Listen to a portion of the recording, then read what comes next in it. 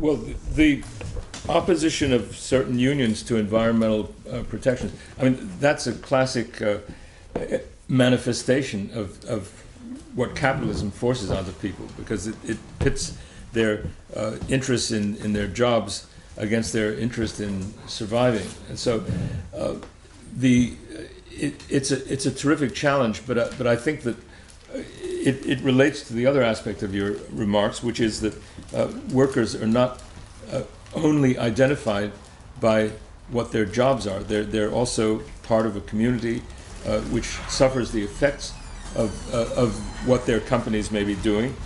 And so in that respect, they are open to education. I think what it means is that the movement that we're working towards has to present a positive vision, which means a description of how they can make a transition to some different kind of occupational situation. That there has to be a plan for that.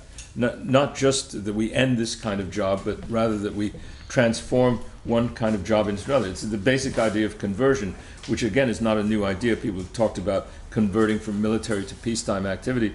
So it's converting activity from the current capitalist dominated to one on a different basis.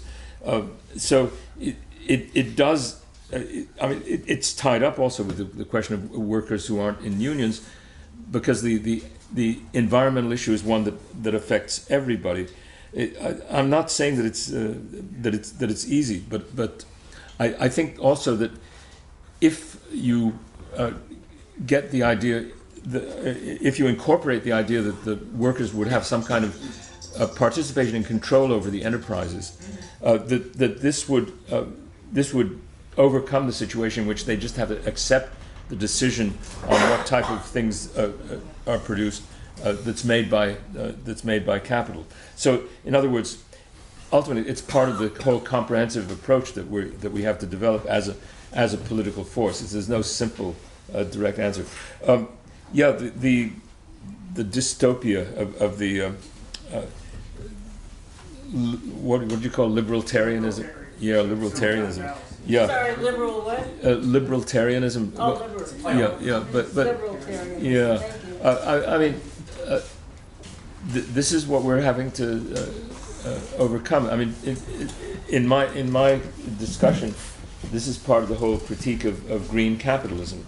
The sort of, you can have everything and yet still Profit. yeah, you can solve the environmental crisis and still have all you want without restrictions.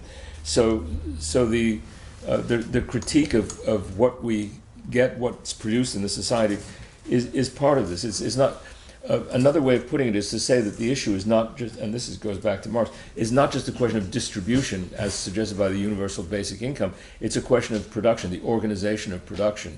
So it's a question of who has control. The universal basic income idea is a way of trying to defuse the drive to transform the society and transform the method of production and all the targets of the society. I'm not sure that I understand the difference between having a theory and having a grand narrative. I mean, Saito's book on Marx, which I do recommend, I think it's a very important book. I think it amplifies the argument that Foster makes about how the ecological critique was integral to Marx's thinking. So I think it contributes to our understanding of the broader theory. Yeah. Okay. You're next. My name is Mika. I'm with DSASF. I'm in the Environmental Justice Committee there also. My thoughts aren't really organized, but I'm interested in this idea of how to change our assumptions of what makes a happy and productive life. Yeah. It's like, it won't be material needs or conditions, and that's not sexy. It's like, people are going to have less, and that's a hard selling point for people. Socialism without the eco is like, oh, we're all going to get more from the 1%, but that's not what's going to happen with the just transition. We're all going to have less, and it's like, it's not green capitalism. We can't solve it while continuing to get more. So it's like, how do we build an intersectional coalition movement when people's economic needs are their priority? How, you know, when people are living hand to mouth and want to have their paycheck and they're trying to survive, it's like, how am I supposed to sacrifice not having my car, or, you know, some of my material needs not being met? It's a difficult one in terms of, like you said, re-engaging people's assumptions on what is a happy life, and that requires a huge lift on changing people's internal makeups around that. And so I'm interested in that question, especially around like engaging, not, you know, the red-green is important and the green labor is important, like people mentioned. Labor can be a great ally, but in many times is in opposition because of the jobs. You know, I'm seeing it in San Francisco right now with a lot of projects. Labor is very powerful. So I'm interested in that question. The other question I'm interested in is how capitalism has really made itself necessary for the solution of the climate crisis in its own terms. It's like, oh, we have to innovate our way out of it now because we've innovated our way into it. And so people make a very compelling case for like geoengineering. We've geoengineered our way into the crisis, so we need to innovate our way out of it. And so that's a compelling problem. I'm also thinking about like the technological. Good one. Thank you. Jerry? Okay, well, yes, I'm Jerry, and thank you for the presentation, but I'll pass on questions. Okay. My name is Julius. My whole thought on what's been discussed here is that a Marxist society has to include a hedonism as an important component. Obviously, because being happy is important to people, however you're going to accomplish that. And ultimately, as with Aldous Huxley, everywhere in the world, some kind of intelligent use of psychotropic drugs may be important in the society. There's a serious aspect of what he's saying. I respect what he's saying. I get it. Okay, yeah, I mean, you raise a basic issue about the needs, human needs. I would go back to what you quoted, less is more. That having fewer goods doesn't mean living less well. I mean, because you can have a car and a television and all these appliances and be in a desperate situation with sort of one paycheck away from being homeless and having all that kind of insecurity. Creating a society in which people's needs are met does involve a redesigning of communities, that we'll be better off without cars in the sense that we'll have not only in the larger macro picture, but we'll have cleaner air, we'll have more interaction with our fellow human beings, we'll do away with certain stresses and strains and be able to think back on what's really important to human happiness. And well, this gets to hedonism too. The interaction with our fellow human beings, the development of our own creativity, each of us, and having mutual reinforcement, going back to basics. So that I would like to, I mean, I think this is summarized perhaps by saying that instead of talking about standard of living, we talk about quality of life. And these are both familiar concepts. And so sort of coming into a healthy relationship with Mother Earth, with nature, this has enormous potential for creating, well, human happiness, to use the phrase. I mean, that restoring human interaction with the natural world, from which so many people have been alienated, distanced by the urban developments and all the conveniences, and some people who even get to go a short distance always get in their car, even if they're perfectly capable of walking there. And so it is a reassessment, but we have to get away from the idea that by always having to have more and more and more things, that we're thereby better off. Obviously, those who have been deprived need to get their needs filled. But the idea that even the assumption that green capitalism means that we get more and more and more, well, it's not that everybody gets more and more and more. It's that certain sectors do it. It's overwhelmingly concentrated, and under capitalism, even the basic income idea. It's always a minimum kind of income, and you have to scrape by, and you need more. So it's not a positive scenario in terms of satisfying basic needs.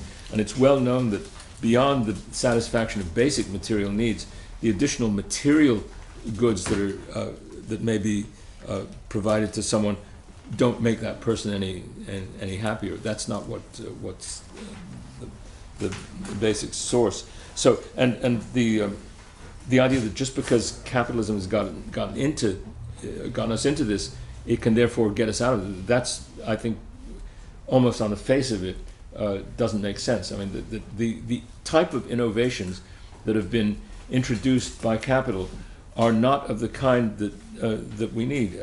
The innovations that we need are those of reorganization of the society, reorganization of our pattern of life, so that we. I don't know. I don't like that term exactly. Reorganization of the conditions in which we're able to come together, so that there's more fruitful interaction among people, and overcoming some of the barriers. Actually, many of the barriers that have been referred to in some of the comments between different sectors of the society are barriers that have been created deliberately by capital to foster its own interest. Like the racial barrier associated with the housing market and the conscious separation of the races, and encouraging people to think in those terms. This is part of what has to be overcome in the course of building a movement. So and the idea of, to get again, just to refer briefly to the hedonism thing, I think one of the great aspects of this whole process is that the process of building the kind of movement that we need to create a decent society is one that entails creating that kind of society on a small scale in our own circles, so that we have the kind of enjoyment and appreciation and outreach that we're looking for. Okay, Rich, we finished? Yeah. Yeah, Rich. Rich? Yeah. So I want to bring up something that's been touched more than once, at least once or twice specifically. Sorry, my voice. Yeah, me too. Can't hear and can't speak. So, and that is that I think on the one hand, to me it's a conflict, or you could say a contradiction that's fighting within me for sure, and I think in a lot of people, especially when they go off to the left side and try to learn more about history, about the history of Marx or whatever. So, so the question for me is, if you read anything from Marx, what does it mean, or Lenin, how is it useful, or what does it mean to you? And the first point, the most important thing to me is that we have to always remember, I think Marx said it way more than once, that all these things, the things he's talking about, whatever, 1858, excuse me, 1870, that time when he's writing the Capital, all that, is that the context you're in, the time and the space. So that's a certain stage in the development of capitalism. You can see it exploding everywhere. But we're 100 years later. So I approach this personally. My big question for myself, reading some of this stuff for up to 50 years, but not very thoroughly, is what is still relevant and what's not? And if something's not, why is it not? And the conclusion I've come to, it's all relevant in some way, and much of the time, it's really relevant if you keep it where he was talking about that phase or those conditions in capitalism that existed then. And you can say, well, those conditions exist now. Labor unions are not on the rise in organizing, they're falling in this year. So I'm just saying that I think we continually make the mistake of taking Marx or Lenin or whoever out of context by talking about things now, like whatever they said then is perfectly appropriate to say, like right in this minute. No, sometimes yes, now, thanks, or sometimes not. So that's the main point. So I'm saying this to share with us, the 25 to 6 of us in this room. We need to continually keep checking ourselves when we claim something as Marx about if that's really what Marx meant, because it was in the same context that we're saying now. Oftentimes it is, oftentimes it isn't. Thank you, Rich. My name is Suzanne. I'm married to him. Now I wonder if he's not happy with our less is more lifestyle.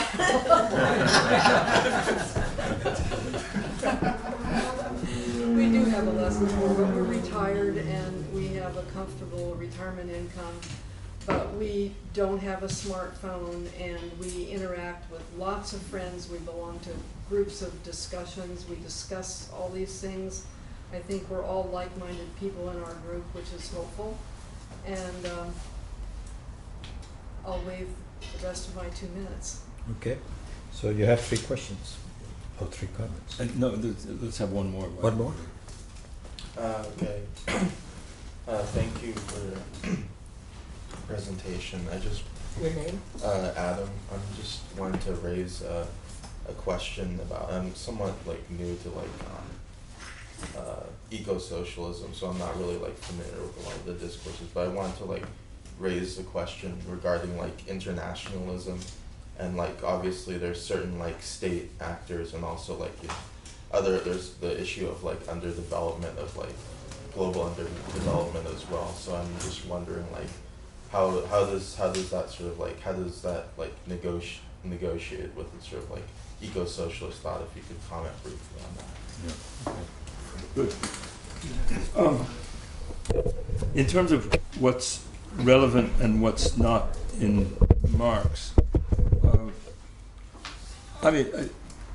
Marxism to me it's a method of analysis. It's not a question of whether this or that immediate description applies today. But I would say in the broad outlines, the anticipation of an increasing polarization, concentration of wealth. I mean, that's been proven in sort of spades. I mean, it doesn't mean that there can't be counter tendencies, that there haven't, and he talks about this himself, even in the Communist Manifesto.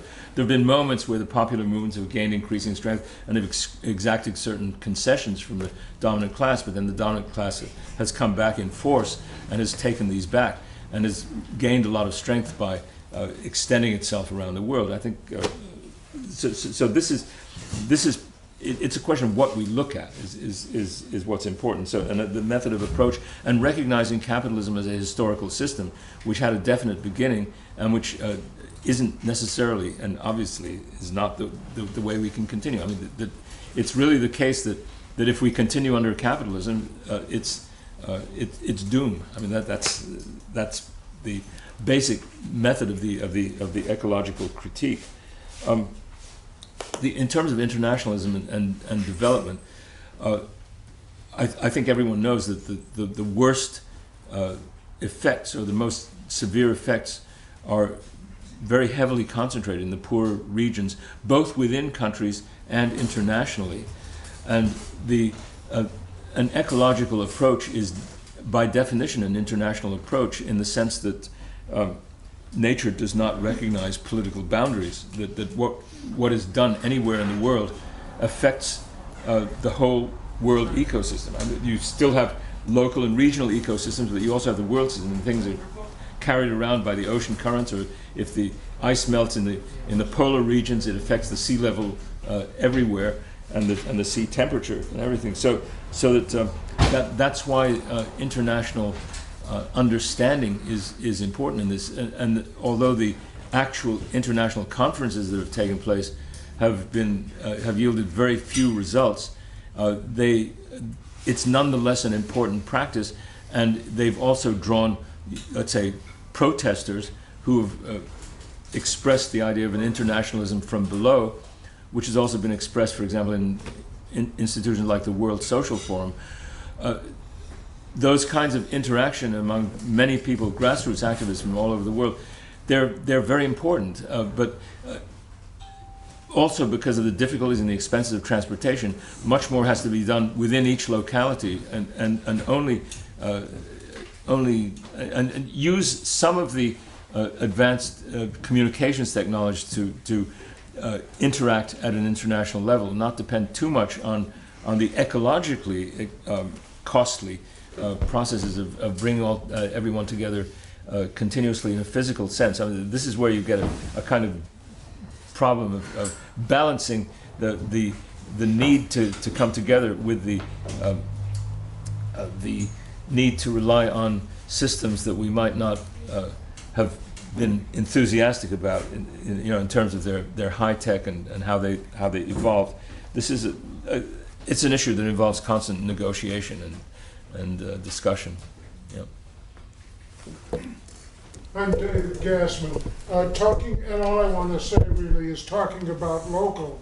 And I hope most of you should have these cards about from System Change, Not Climate Change, an Eco-Socialist Network. We meet right here on the second Tuesday of every month, right in this room. We hope you will join us. 7 p.m. Thank you, Glenn. And if you don't have a card, I have some more. Yep. Okay. I'm Glenn, and I'm very obsessed, if the word is right, with the 10, 12-year time frame we're looking at. And I'm extremely concerned about the safety net, or lack thereof, that our capitalist system doesn't have. I'm concerned about the 20% that I see living off on the streets. I'm concerned about the lack of health care, mental health care, you name it. One thing you said, totally struck me and kind of sparked me. Paying people to do participatory democracy. And I thought, well, actually a lot of people don't have jobs. A lot of women don't have jobs. The homeless, of course, don't have jobs. And so paying people to do participatory democracy, I thought, oh, that's weird. That's just for people who have jobs, that they would give up some income. But actually, if we actually paid people with local currency, because I think local banks, because we've only got 10 years, and so 10 years I'm looking like, okay, a financial collapse, systems collapse, really coming soon. So if public banks or communities started issuing community money, we could pay people. I'm a shopkeeper, soon to be retired, I hope, but basically, if Oakland had community money, that money could be paid out participating merchants who still survive, not the big boxes, but the real people who have businesses. There might be the beginning of that safety net of what we need, and being able to actually talk to your neighbors. And so I'm looking at something really immediate, and that's my main concern. So if you have any thoughts on that. One more, Gene. Okay, yeah, well, thank you very much. It's really a great talk and stimulated good discussion here. I had a couple of things I wanted to say. First of all, tell a story that I think I read in Lester Brown's book on Plan B.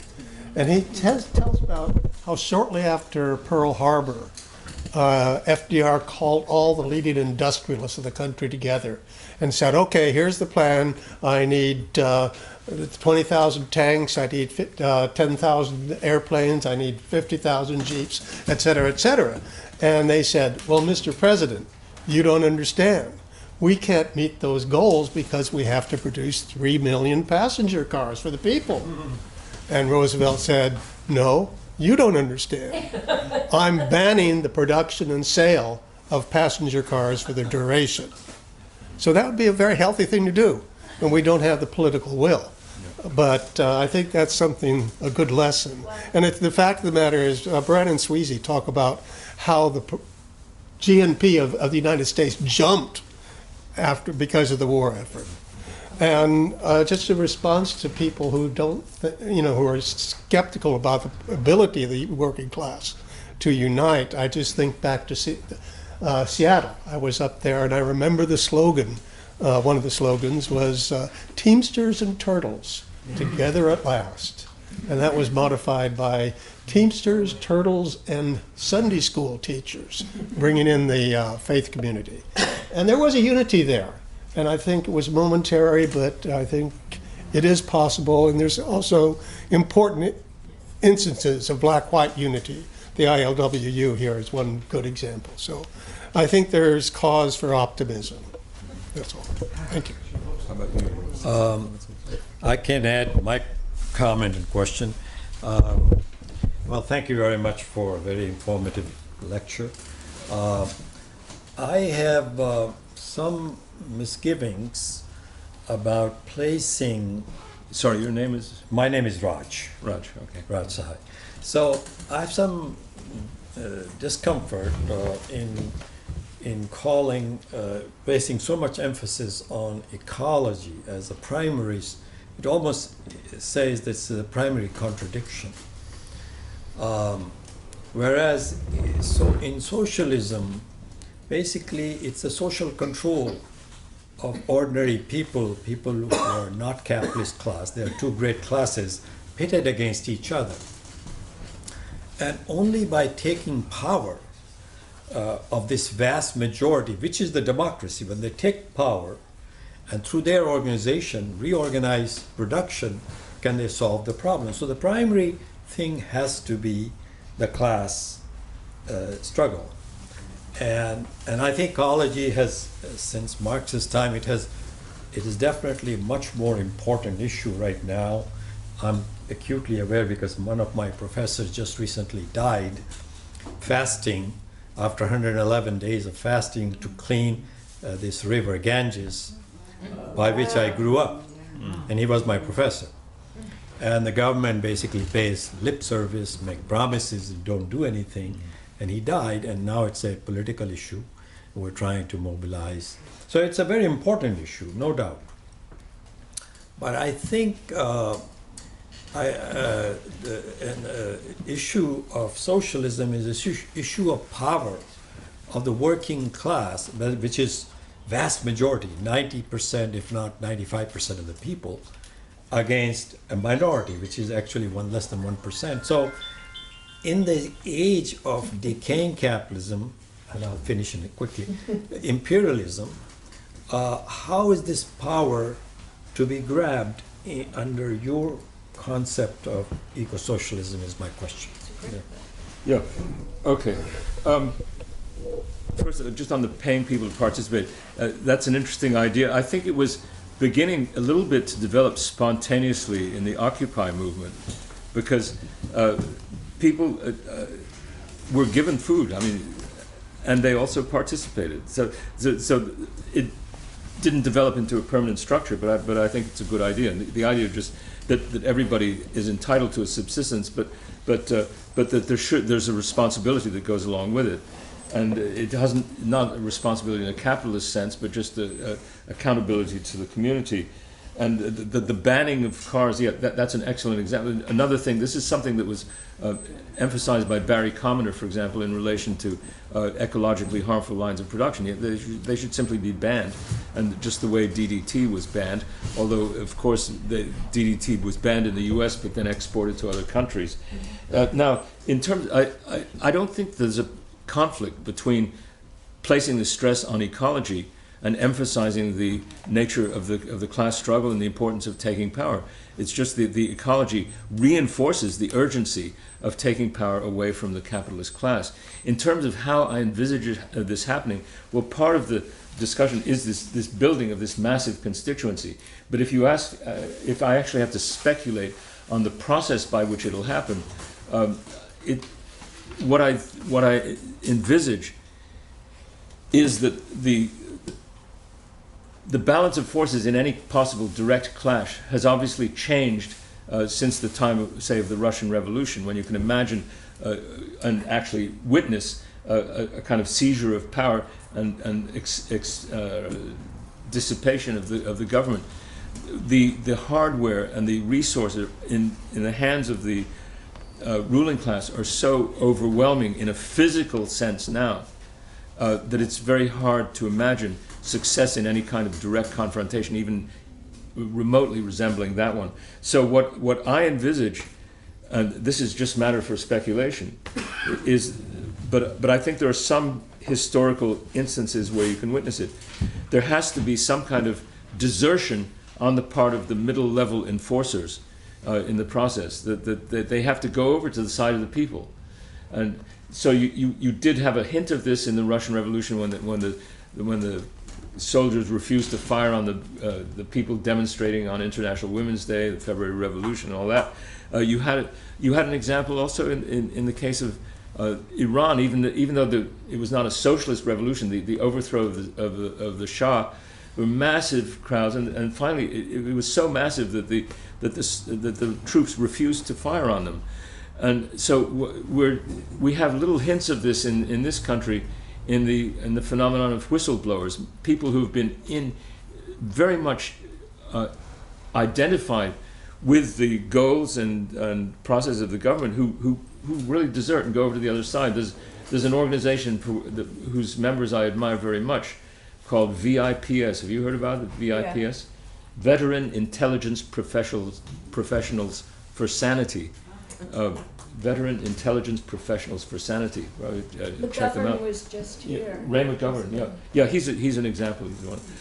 But I mean and all these sort of heroic people like Chelsea Manning and so on who come out of. But Chelsea Manning perhaps not so much because she was not at a high level.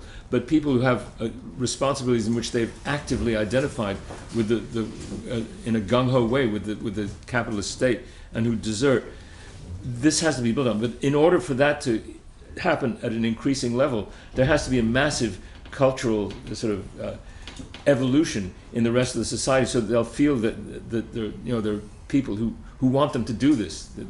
You can't do it by yourself. It takes tremendous risk, and so that's what's necessary. It's a complicated process, and it's obviously also an international process that for the changes taking place in one place or another to evolve. The most encouraging development that I'm watching at the present time is in the British Labour Party, with the evolution of really a really quite radical trend that has come precisely out of democratization of that party. That's what changed the leadership away from the so-called New Labour, which was like the Democrats in this country, and into an authentically, a radical party.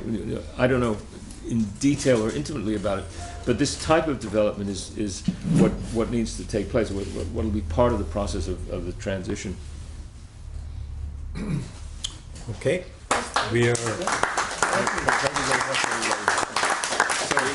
We still have 10 more minutes, so Thank